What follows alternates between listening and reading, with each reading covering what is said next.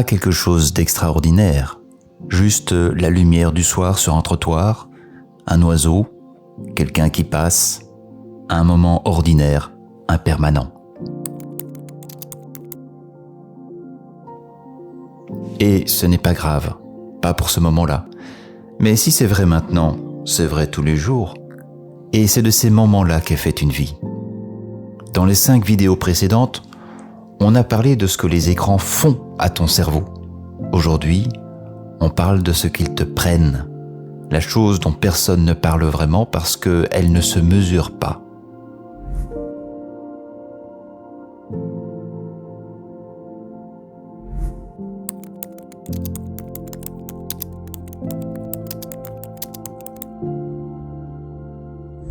Je m'appelle Darius Stone. Depuis 5 vidéos, on a parlé de mécanismes de fonctionnement, de dopamine, d'algorithmes, d'identité, de détox, des choses mesurables, explicables, documentées.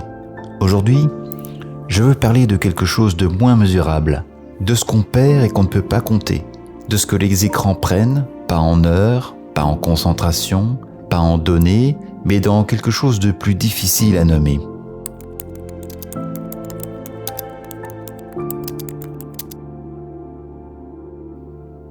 Il y a 5 ans, lors d'une étude sur le comportement des familles dans les restaurants, des chercheurs ont observé quelque chose de simple.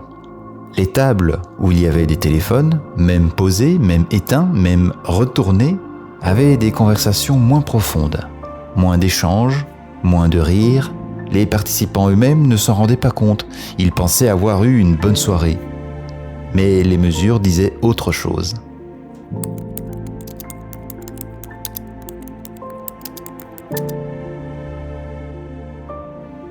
On ne parle pas de l'utilisation, on parle de la présence. Parce que, quelque part dans ton cerveau, on sait que le téléphone est là, qu'il peut sonner, qu'il y a peut-être quelque chose. Et cette possibilité, cette simple possibilité, suffit à maintenir une partie de nous à distance de ce qui se passe vraiment. On est là, et en fait, on n'est pas tout à fait là. Et ça, personne ne le voit, ni toi, ni l'autre personne en face de toi. Ça se passe dans l'invisible.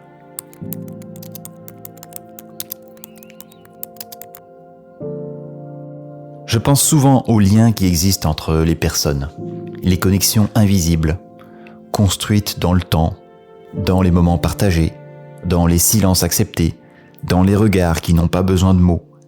Ces liens, ils demandent quelque chose pour exister. Ils demandent une qualité d'attention qu'on ne peut pas diviser. Et ce que les écrans font, progressivement, silencieusement, c'est éroder cette capacité. Non pas parce qu'on choisit l'écran plutôt que l'autre, mais parce qu'on a perdu l'habitude d'être pleinement quelque part.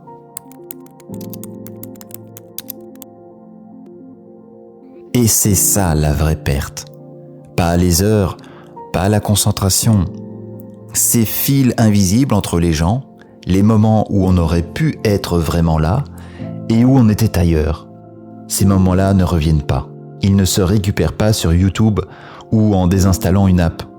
Ils existaient et puis n'ont pas eu lieu.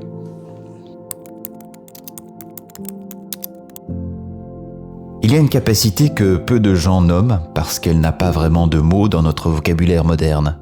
C'est la capacité à être seul avec soi-même, sans divertissement, sans stimulation, juste avec ses propres pensées. Même les pensées inconfortables, même celles qu'on préférerait ne pas regarder en face. Cette capacité, elle s'atrophie, comme un muscle qu'on n'utilise plus.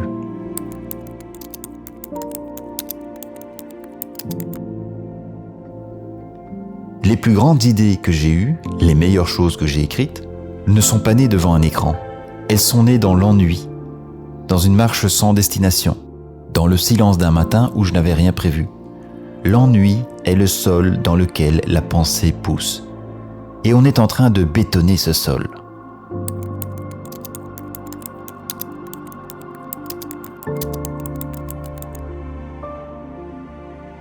« 10 minutes. C'est ce qu'il nous reste pour nous retrouver nous-mêmes. On a parlé de scroll, de dopamine, de likes, d'identité, d'algorithmes qui capturent l'énergie émotionnelle, de détox qui échoue et de ce qui fonctionne vraiment. Tout ça, ce sont des fils différents du même tissu.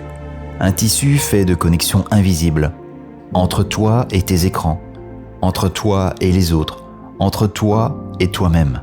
Des fils que tu ne vois pas vraiment, mais qui orientent chaque jour l'endroit où tu mets ton attention, ce que tu ressens, ce que tu rates, ce que tu manques de construire.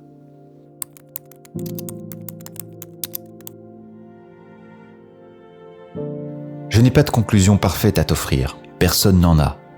Ce sujet est trop grand, trop vivant, trop enchevêtré dans la façon dont on vit pour tenir dans une seule formule.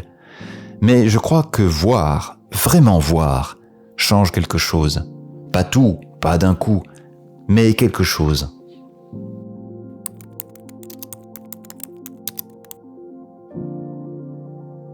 Il y a 2 ans, j'ai commencé à écrire quelque chose. Pas un essai, pas une analyse, quelque chose de différent. Parce que je me suis rendu compte que certaines vérités, les plus importantes, les plus difficiles à regarder en face, arrivent mieux par le détour de la fiction. Qu'un personnage peut aller là où un argument ne peut pas aller.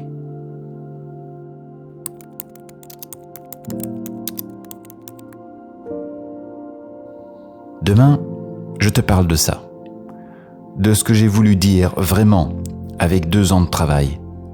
Et pourquoi je n'aurais pas pu le dire autrement.